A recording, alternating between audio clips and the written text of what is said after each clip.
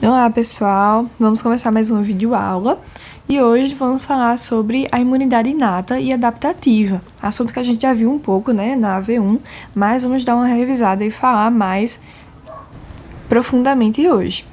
Então vamos lá.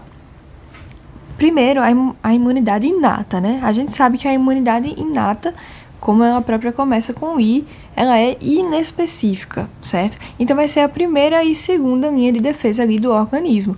Logo que o antígeno entra no corpo, vai ser a primeira linha de defesa. Então as células de defesa elas vão ter o objetivo de neutralizar os agentes infecciosos. E a adaptativa, ela vai complementar a inata. A adaptativa, ela já é mais específica, certo? Então, quando a imunidade inata é insuficiente, vão ocorrer reações que vão chamar ali a imunidade adaptativa, uma imunidade mais específica para poder neutralizar aqueles antígenos. Além disso, também é importante a gente saber sobre hematopoese. A hematopoese é basicamente a produção de células sanguíneas. Essas células sanguíneas são originárias na medula óssea vermelha, né? Então, a composição do sangue, a gente tem aí entre 55% e 60% de plasma e 45% de elementos figurados, sendo esse 1% de leucócitos e plaquetas, que são os glóbulos brancos, né? E 99% de hemácias, que são os glóbulos vermelhos. Então, aqui, a hematopoese é um fenômeno dinâmico e permanente da produção de células sanguíneas, ou seja, permanentemente a gente vai estar produzindo novas células sanguíneas, certo? Então vamos falar um pouco mais especificamente da imunidade inata. Que nem a gente falou, né? Elas é mediada, na verdade, né, por células e proteínas que vão estar sempre ali presentes, sempre de prontidão para reagir contra qualquer antígeno que entrar ali, tentando neutralizar eles de uma forma rápida e inespecífica, certo? Então, como já foi dito, ela é a primeira e a segunda linha de defesa. A primeira linha de defesa, ela vai estar relacionada com componentes mais externos. A exemplo de, vamos lá, podendo ser físicos, né? A exemplo de a pele, a própria pele, ela pode ser uma linha de defesa, né? Que está ali protegendo membranas mucosas, cílios, a exemplo dos próprios pelinhos do nariz, que vão impedir que antígenos, ou enfim, qualquer tipo de micro-organismo vai dar uma filtrada ali, né? Como uma primeira linha de defesa também, e até o reflexo da tosse. Pode ser considerado também um agente de defesa do nosso corpo. E também, ainda na primeira linha de defesa, a gente também tem os agentes bioquímicos, que podem ser as secreções, né? Suor, lágrimas, saliva, o muco que a gente produz, tudo isso faz parte da primeira linha de defesa do organismo. Já a segunda linha de defesa, ela já vai estar mais relacionada com componentes internos, que são, no caso, as células, né? Então, nós temos algumas células de defesa aqui, fagócitos, células dendríticas, células natural killers, que são chamadas de NK, né? Então, todas essas relacionadas a componentes internos. Então, na imunidade inata também existe uma via chamada via de complemento, que é chamada de via alternativa do complemento. Vamos lá, como é que isso funciona? A via alternativa do complemento, primeiramente, ela não vai depender de anticorpos, por isso está anotado aqui, ela é independente de anticorpos, por isso mesmo que faz parte da imunidade inata, né? Porque a gente sabe que anticorpos tem a ver com a imunidade adaptativa, com a imunidade específica. Mas na via alternativa do complemento, ela vai independer de anticorpos, certo? Então, essa via alternativa do complemento, ela vai ativar a cascata do complemento. E como é que funciona essa cascata? Essa cascata ela vai se dar através de proteínas do tipo C, que a gente não precisa se aprofundar muito nelas, mas precisamos saber que são proteínas que vão estar lá defendendo o organismo. Então, vamos dizer que aqui tem proteínas C, C1, C2, C3, C4, C5, por aí vai, certo? Então, quando um antígeno ele entra ali no nosso corpo, essa C1 aqui vai reconhecer esse antígeno e vai desencadear essa cascata. Como? Esse aqui chama esse chama esse chama esse e assim por diante. Então, o C1, quando ele detecta o antígeno, ele não vai agir sozinho, ele vai desencadear essa cascata, chamando todos os outros, e aí eles juntos vão combater esse antígeno. Essa é a via alternativa do complemento, por isso que é chamada de cascata, porque vai de um ao outro, chamando todos aí para combater esse antígeno. Explicando assim de uma forma bem simples, é basicamente isso, certo? Falando agora um pouco sobre a reação inflamatória aguda, que a gente também viu um pouco na AV1, mas vamos revisar um pouco do que a gente viu. Quando acontece uma lesão tecidual, existem algumas consequências. Essa lesão ela vai aumentar o fluxo sanguíneo e, consequentemente, vai haver um aumento da permeabilidade vascular, certo? Então, esse aumento da permeabilidade vai fazer com que fique mais fácil de virem até ali, para o local da lesão, as células de defesa, causando assim uma afluência das células fagocitárias para o local da lesão, certo? Então, vai haver um aumento do fluxo sanguíneo, aumentando a permeabilidade vascular, e isso vai facilitar para que venham mais células de defesa para ir para o local da lesão. Essas células de defesa, elas vão fazer fagocitose dos antígenos, vão tentar ali neutralizar e eliminar aqueles antígenos, certo?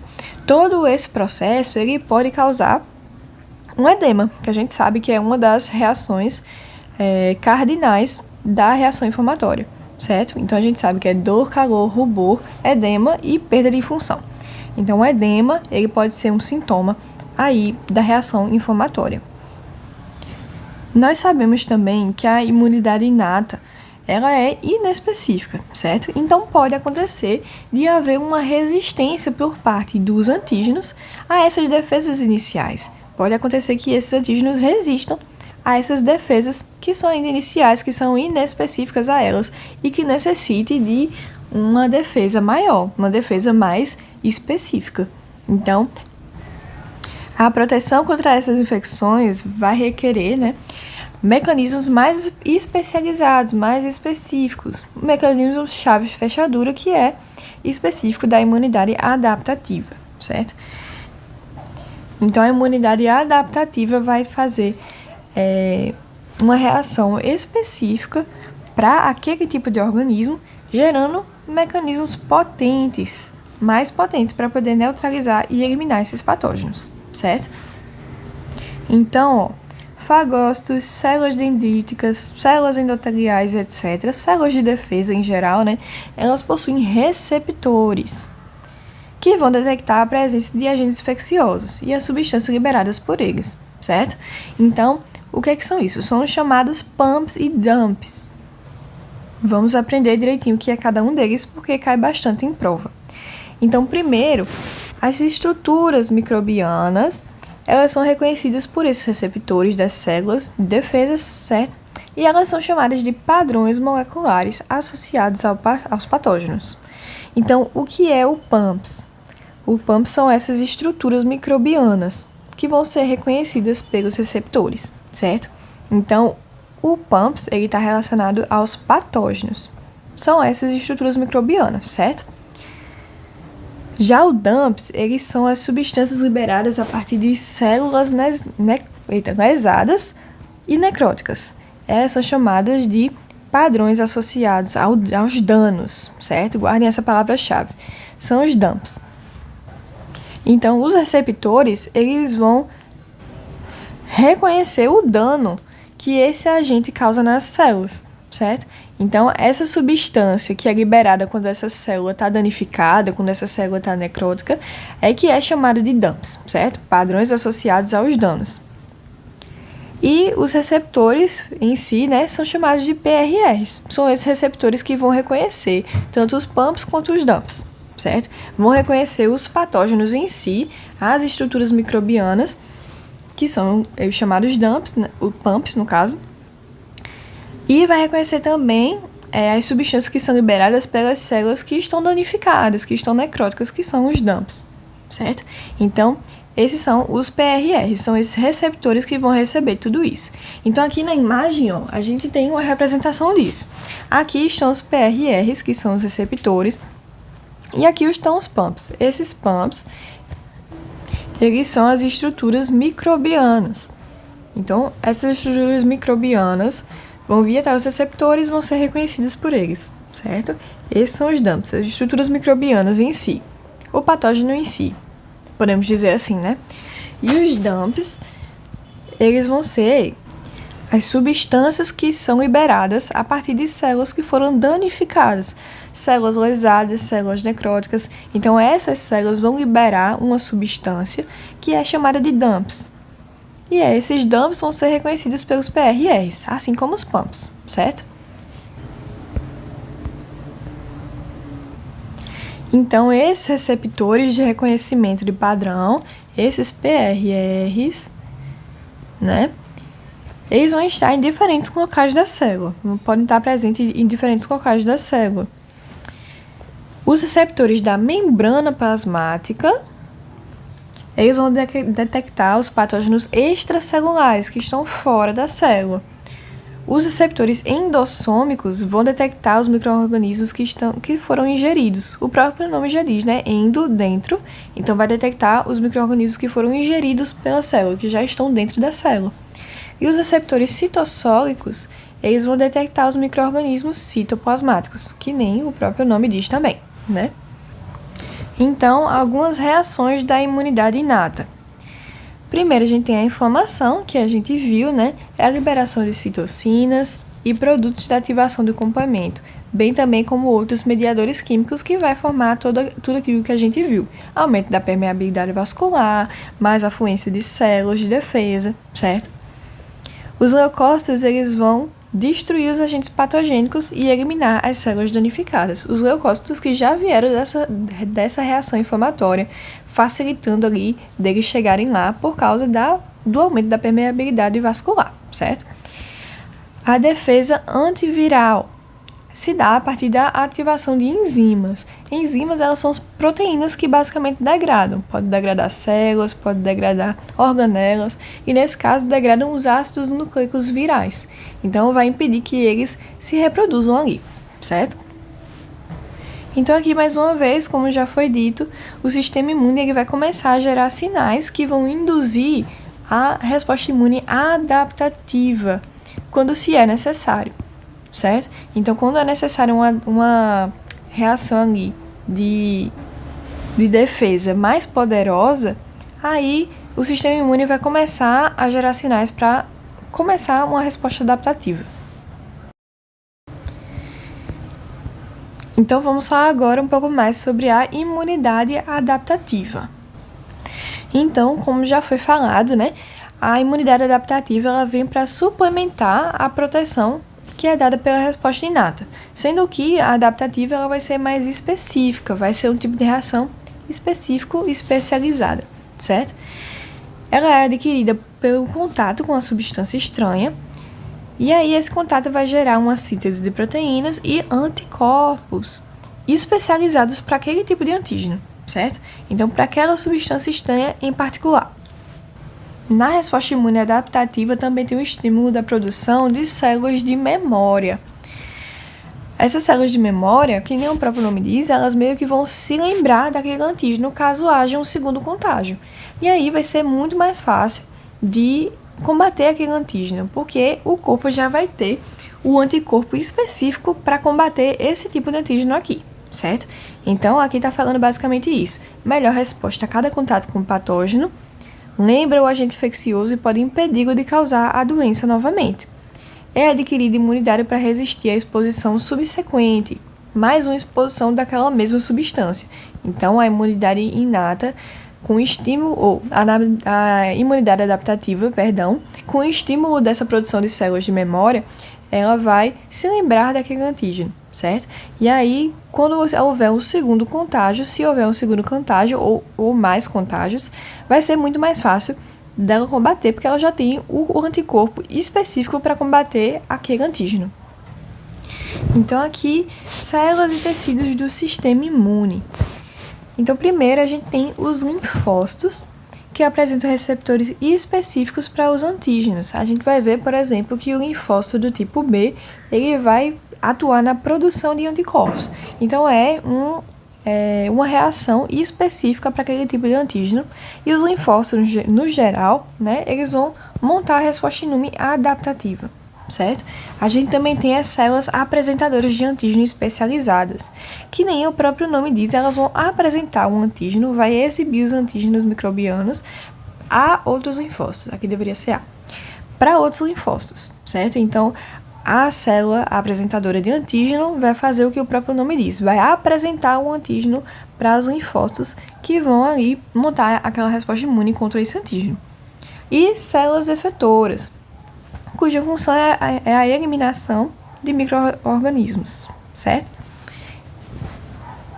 Então, falando mais especificamente sobre cada um deles, a gente tem os linfócitos T, que a gente sabe que maturam no timo. Linfócitos T maturam no timo. Linfócitos B maturam na medula óssea vermelha. Os dois são produzidos na medula óssea vermelha. Porém, os linfócitos T vão ser maturados no timo e os linfócitos B vão continuar lá na medula óssea vermelha e vão ser maturados lá também, certo? Então, uma vez que eles são maturados, eles vão começar a circular através dos órgãos linfóides, certo? Então, os linfonodos, o baço, tecidos de mucosa, esses linfócitos eles vão residir nesses órgãos e tecidos aí. Então, os linfócitos T, eles vão se transformar em células efetoras e ajudam as células B. No caso, esse tipo de linfócito T que ajuda as células B, certo? São os linfócitos T, os chamados CD4. Por isso que eles são chamados de auxiliares, certo? E as efetoras, os CD8, as células T efetoras, que são as CD8, também chamadas de citotóxicas, elas vão lá e vão matar o antígeno. Então, essas CD4, elas são chamadas de auxiliares porque vão auxiliar as células B a produzir os anticorpos, certo?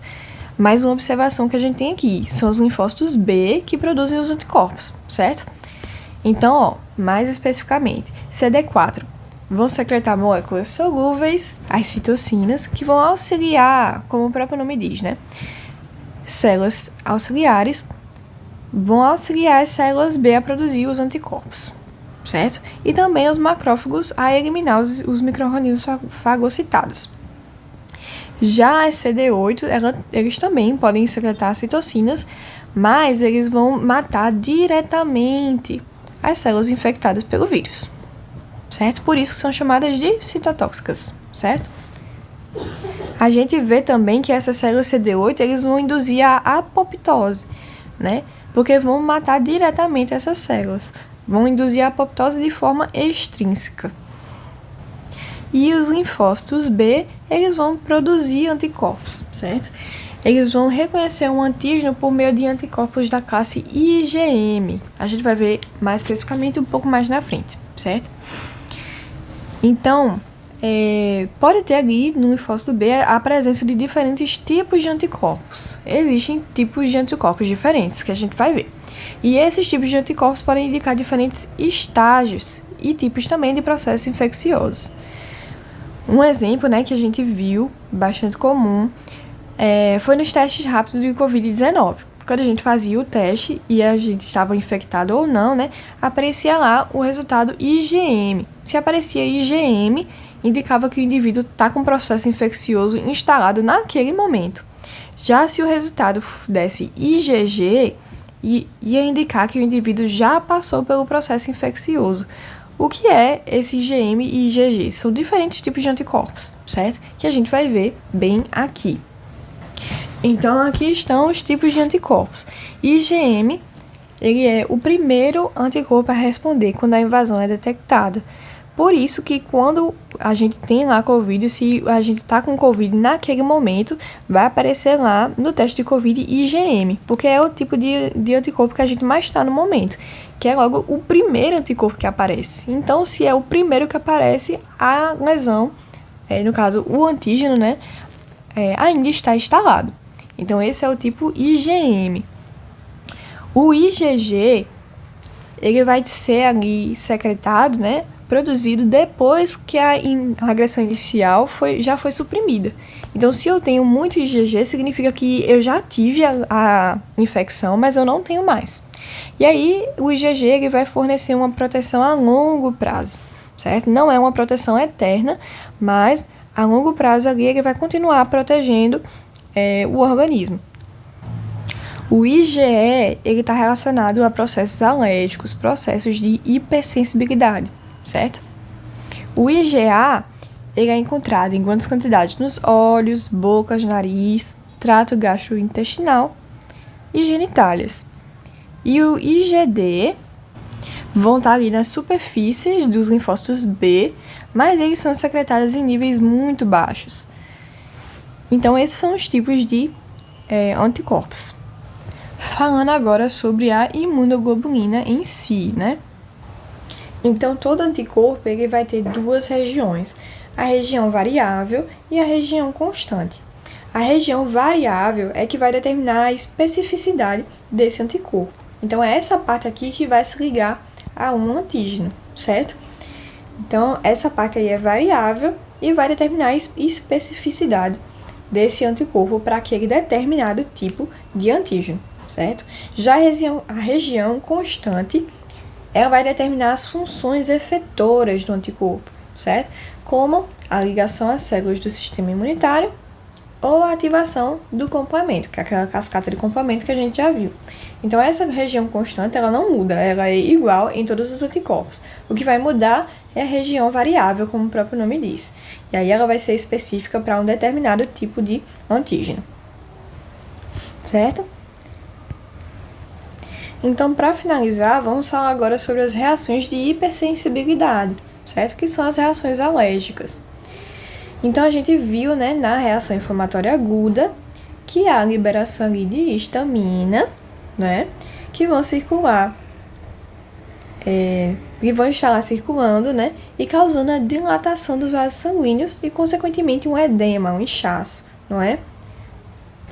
E esse efeito ele pode ser fatal se ocorrer a obstrução de vias aéreas, que é um sintoma muito comum da gente ver nos casos de hipersensibilidade, certo? De alergias muito fortes, geralmente já tampa logo as vias aéreas, né? Então, é esse tipo de reação que acontece. Os eosinófilos são os principais tipos de células envolvidas nas reações asmáticas.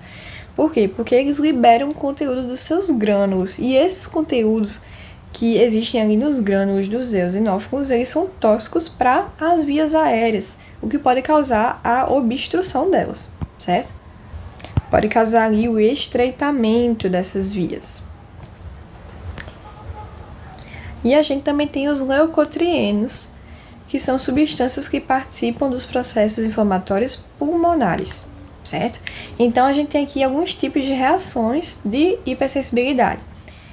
Primeiro, a gente tem a reação de hipersensibilidade imediata, que é o tipo 1.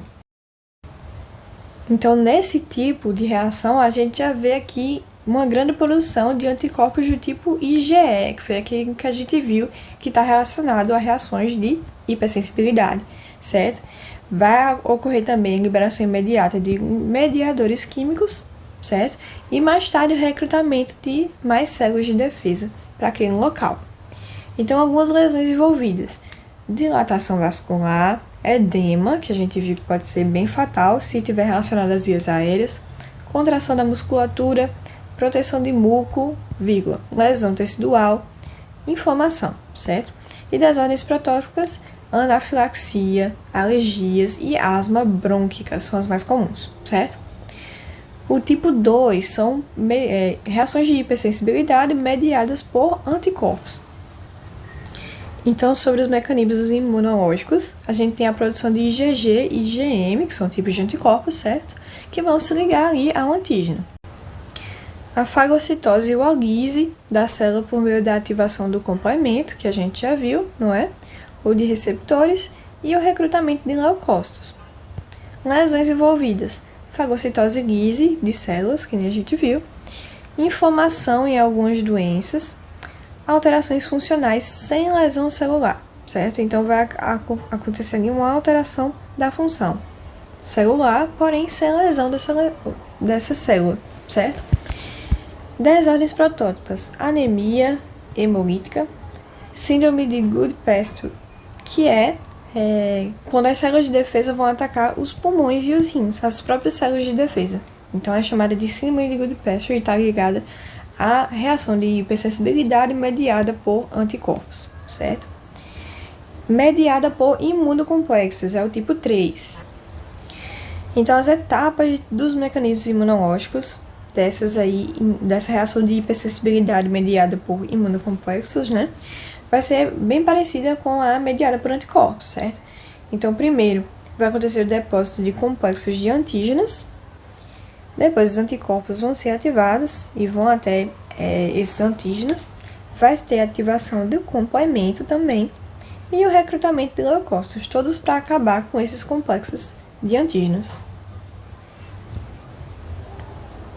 E também a liberação de enzimas e outras moléculas tóxicas, tudo isso para acabar com esses antígenos.